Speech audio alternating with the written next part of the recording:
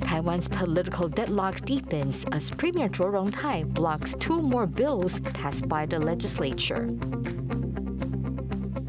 Delivery drivers protest a possible delivery app merger, fearing it could weaken competition. 面对打压，还是要一个人要站出来，人家才知道，不然永远都被打压。 39 years ago, women's rights groups held a landmark rally against discrimination in the workplace. Plus, students consider the impact of artificial intelligence on the future job market.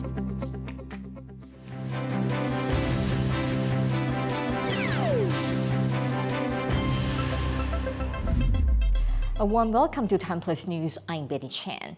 Taiwan's political deadlock shows no signs of easing as Premier Cho Jung-tai blocks 2 more bills passed by the opposition-controlled legislature. Tiffany Wong has more. In a statement, the cabinet announces that Premier Cho Jung-tai has decided not to allow a bill that would fund savings account for children to become law. The opposition-backed policy would have the government deposit about $1,800 a year into savings accounts for children until they turn 18, as part of an effort to address Taiwan's falling birth rate. The cabinet says the bill is unconstitutional, arguing that the executive branch, not the legislature, is responsible for formulating national policies. It also said similar measures are already in place, set to be implemented next year. But opposition lawmakers say the decision shows double standards. 这一个就很清楚的呈现出来它的一个双标，为什么呢？因为同一个时间之内，我们看到的是行政院他宣布推动的人口对策新战略当中有18项的一个措施哦。On Monday, the premier also refused to countersign another bill that would ease restrictions on the government, political parties, and their affiliates investing in radio and TV channels.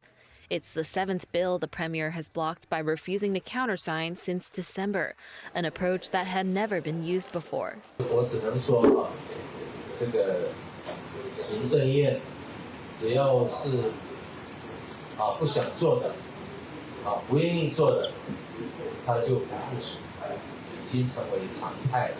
Lawmakers from the ruling Democratic Progressive Party say the issue is not with the intent of the legislation, but the legislative process.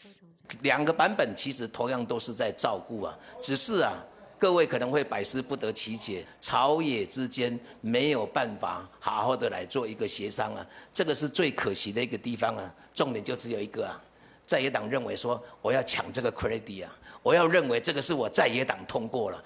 This is not the first time the premier has refused to countersign legislation, and with the opposition in control of the legislature for the next 2 years, it may not be the last.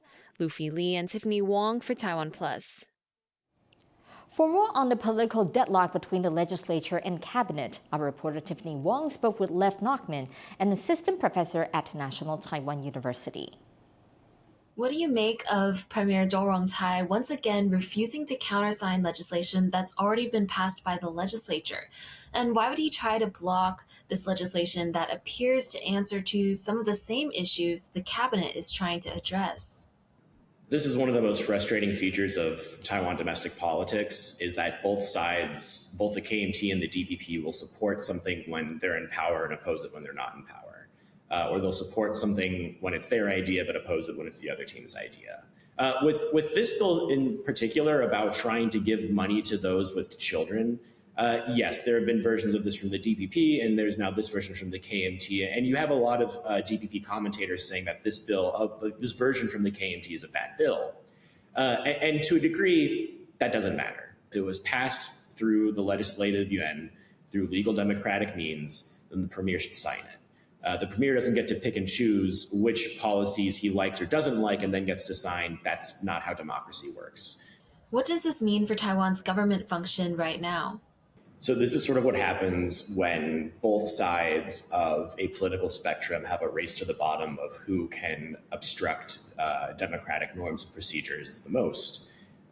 Both sides are now sort of guilty of obstruction. You have this now tradition of the Blue-White Alliance stopping any budgets from passing. And yes, they just passed the budget this last week, but that was after almost a year of waiting. And in response, you have the DPP, and specifically the Premier, refusing to sign legislation that was passed by the Blue-White Alliance. And both sides will just point at the other and say, well, they were doing the anti-democratic thing first, or their anti-democratic thing is worse than our anti-democratic thing, or our anti-democratic thing is actually protecting democracy, when the reality is all this does is sort of give more to the narrative that democracy in Taiwan is chaotic or dysfunctional, and ultimately this just hurts Taiwan both domestically and internationally.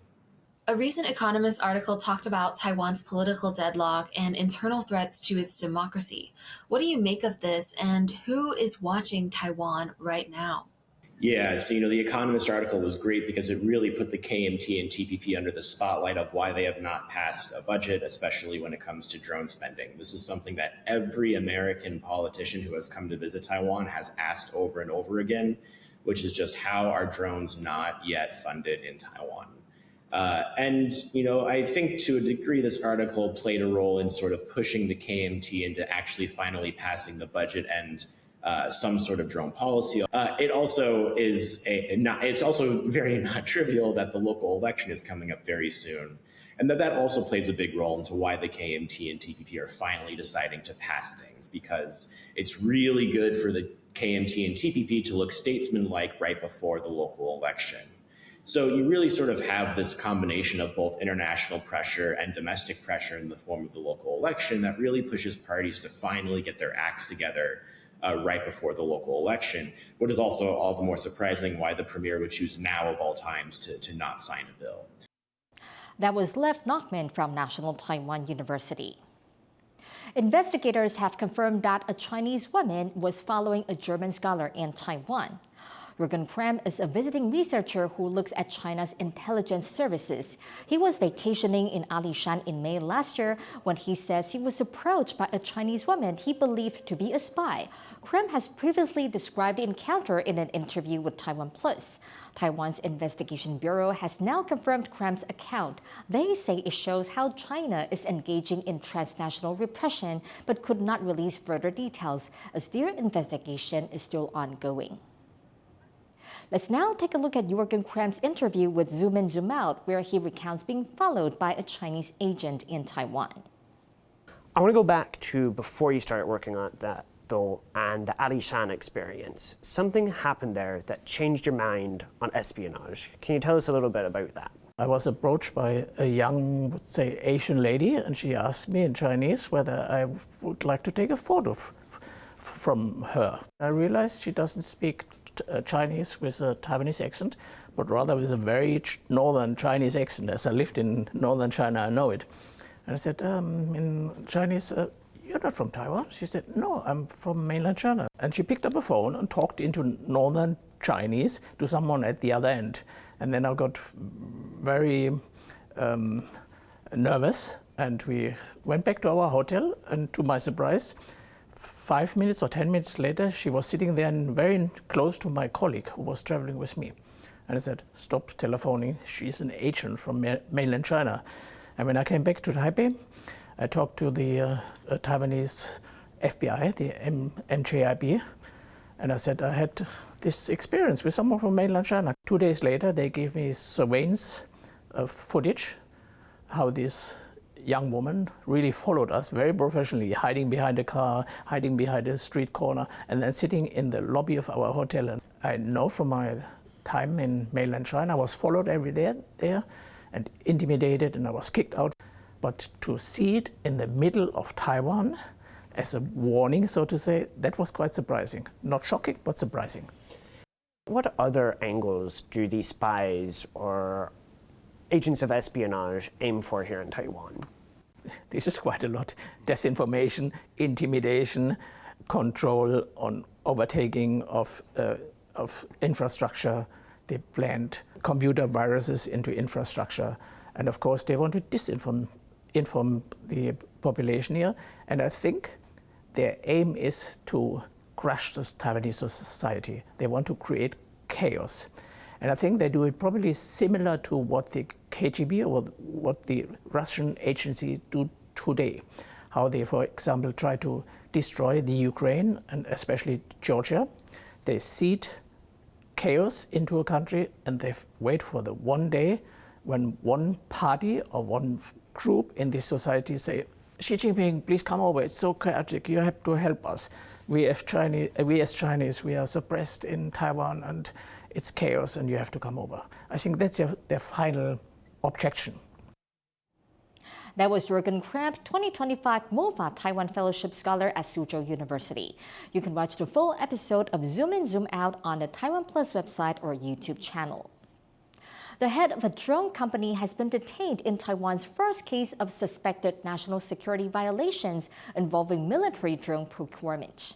Prosecutors say the military reported that the company used components made in China, Hong Kong, and Macau.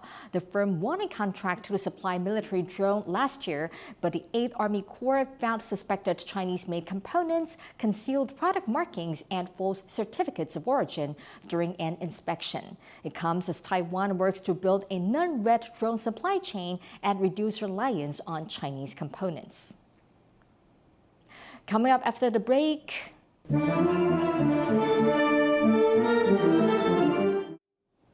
we look at a long-lasting partnership between a European conductor and a Taiwanese saxophone ensemble.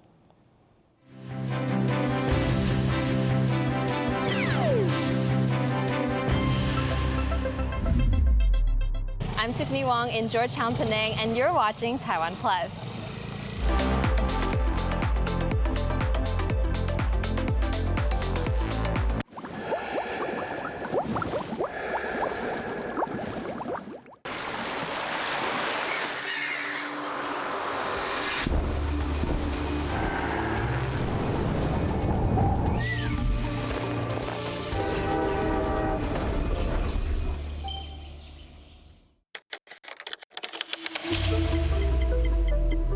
How does Taiwan stay on the forefront of innovation in a world of uncertain tariffs, wars, and shifting geopolitics? Get answers and more. From award-winning programs to exclusive Mandarin dramas. Download the TaiwanPlus app to any device today. No ads, no bias, just facts. TaiwanPlus. For more news from both of Taiwan's Mazu pilgrimages and around the world, download the app or check us out on social media.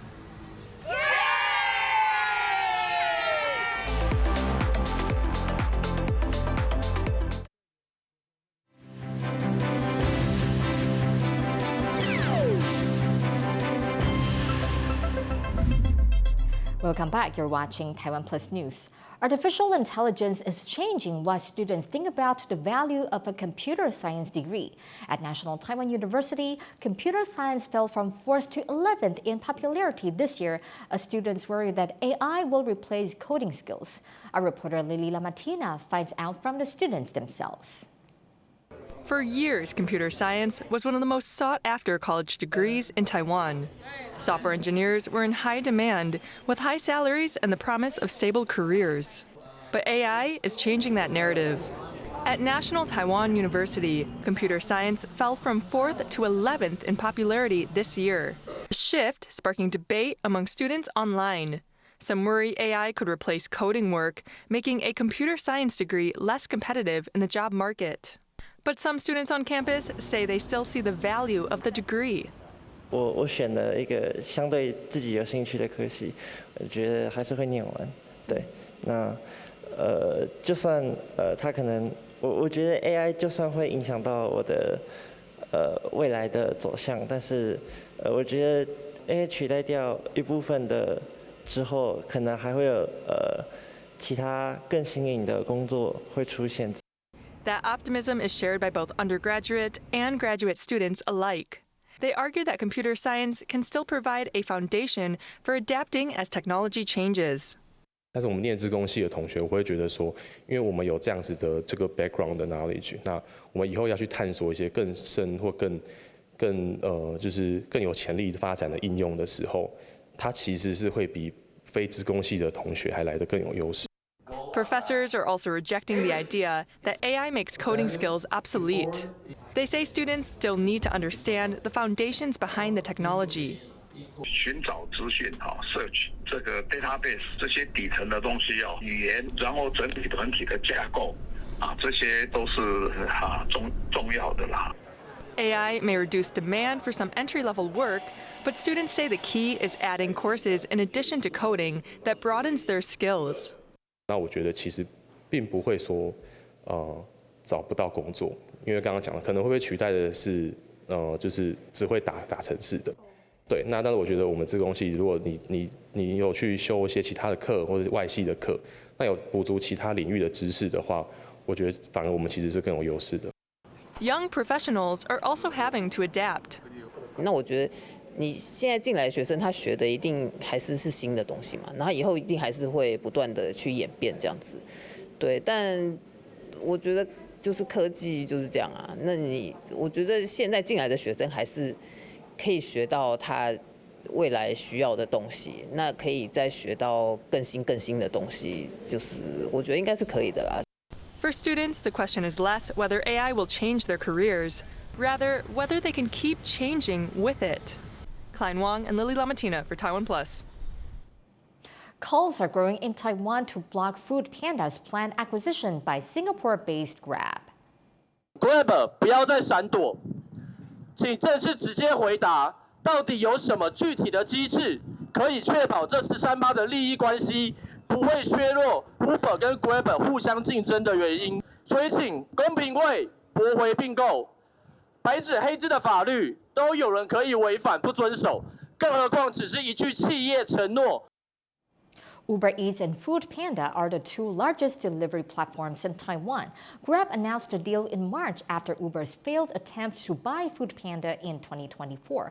Local NGOs worry that Uber's roughly 13% stake in Grab would weaken competition between the two companies. Some also worry Grab's mapping technology could raise national security concerns. Grab 它早在2015年的时候就把海外研发中心设在了北京那它最核心的 AI 还有程式员识码到底有没有跟北京的团队这边去做一个切割？从来没有拿出一个可以让第三方所查核的一个证明Taiwan's Fair Trade Commission says the case is still being reviewed. On August 18th, 39 years ago, women's groups gathered in Taipei to support female employees, challenging rules that required them to leave their jobs when they turned 30 or became pregnant. The dispute became a turning point for workplace gender equality in Taiwan. Ting Ye has the story. 面对打压，还是要一个人要站出来，人家才知道，不然永远都被打压。This is Cai Jinghe, recounting her experience in a documentary produced by the Awakening Foundation. In 1987, Taiwan was undergoing a democratic transition after nearly 4 decades of martial law. Just over a month after martial law was lifted, a protest at Taipei's Yangtze Memorial Hall would become a turning point for women's employment rights. At the time, workplace rules could still place strict limits on women because of their age, marital status, or whether they were pregnant. 那个合约书上面都有，就是你在进入国父纪念馆工作之前呢，你是未婚的状态。那你在工作期间呢，你可以结婚，可是你不可以生孩子。那另外一个条件就是你年满30岁的时候呢，你要自己提出辞呈。Cai Jinghe was just 28 at the time, 2 years short of the mandatory resignation age. She began gathering signatures from her female colleagues to push to get the rules changed. The workers later sent a formal notice to the Memorial Hall and held a press conference, bringing the dispute to national attention. 大家也希望说可以改嘛，大家也不会说30岁怀孕就，所以大家可是他们都怕我要出来。看到我们在吃早餐，他就会凑过来跟你讲。那我印象很深刻的就是他手上随时都拿着资料，然后告诉你说，其实政府因为国父纪念馆算是公家机关嘛，他说政府对我们做这些限制是不公平的。As the case drew more attention, women's groups and lawyers rallied behind Tsai and her colleagues. On August 18, 1987, members of Homemakers United and the women's rights group Awakening gathered outside the Yangtze Memorial Hall to protest the rules. 那当然去大家可以算一下小猫几只，不到20只，但是大家浩浩荡荡到国父纪念馆去声援。但是谁来了？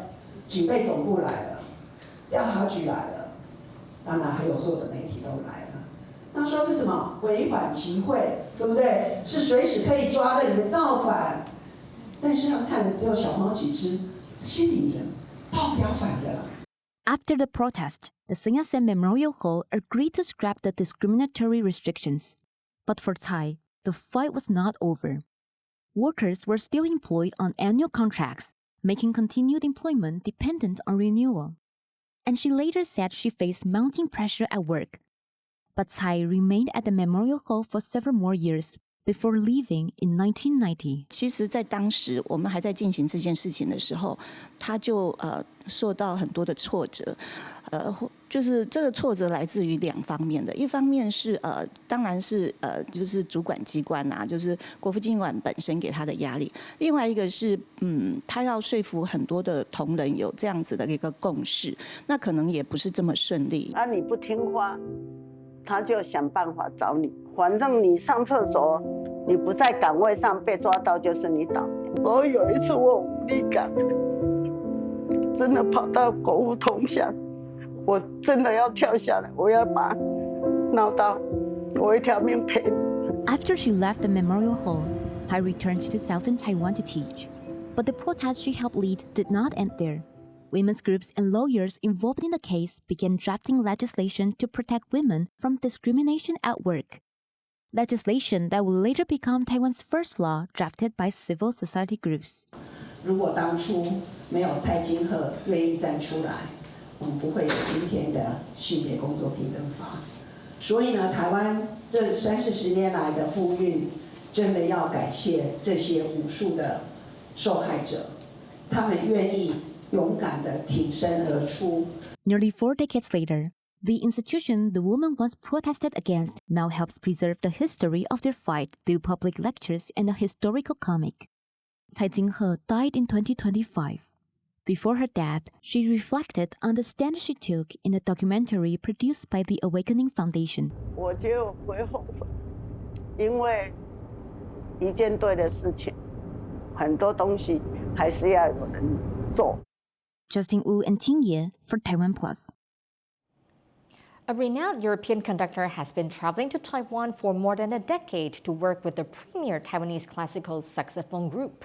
For years, their partnership has brought together musicians and showcased stories unique to Taiwan.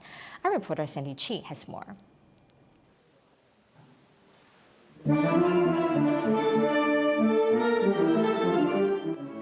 A grand performance by Taiwan MIT Saxophone Ensemble, being led by renowned Swiss conductor Lars Malekush.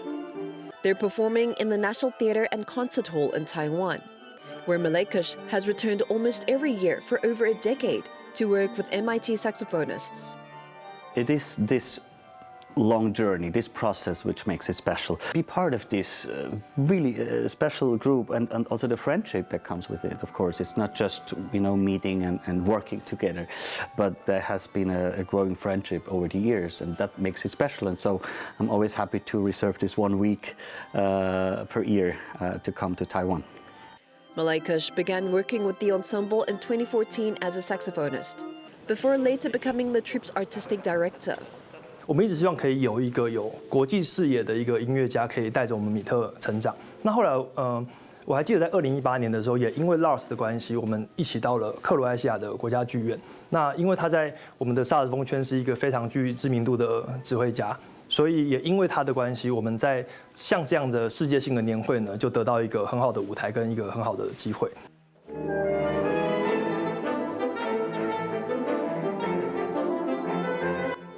The summer, Malekush again returned to Taiwan to work with the musicians. They performed many pieces together in August, one being particularly noteworthy. 这首曲子叫做《竹堑诗盛宴之序》，那它是为道卡斯族竹堑社的族人写的一首曲子。但是这首诗大概就是在介绍我们原住民族跟汉人的就是生活的一些事情，这样子。我只想要跟大家讲说，在台湾有一个民族平埔族，它叫做道卡斯族。要想要让这个族群能够让大家认识。For Malekush, pieces like this make his work in Taiwan unique. You can hear the water, you can hear the hunt when they go out in the woods, and also the struggles, of course, also when they had to fight for their rights and their land. And so it's a very unique and very special piece that I can only experience here in Taiwan, in this surroundings, in this environment. So it's very, very special for me. Over more than a decade of collaboration, Malekush watched Taiwan's saxophone scene develop, and even the ensemble members see the changes. 其实台湾有很大的变化，不只是这个所谓精致的表演艺术这样的形态，已经越来越多人可以接受。那同时呢，我觉得萨克斯风这个乐器，它已经走到很多大众的生活里面。我觉得萨克斯风，我们会说它的歌路很广，就是它可以演古典音乐、当代爵士、流行，甚至台语老歌，或是台湾很多长辈喜欢的日本演歌。它可以演奏非常多不同形态的乐种的音乐，所以其实它是完全不设限的。As the MIT ensemble grows more popular, Malekush and his fellow artists hope their long-lasting partnership will continue to bring Taiwan's musicians, sounds, and cultures to the world. Eason Chen and Sunny Chi for TaiwanPlus. Thank you for watching TaiwanPlus News. You can visit the TaiwanPlus website or follow our social media for more stories from Taiwan and around the world. Finally, take a look at this light festival along Bulgaria's Black Sea coast. I'm Betty Chen. Take care and see you next time.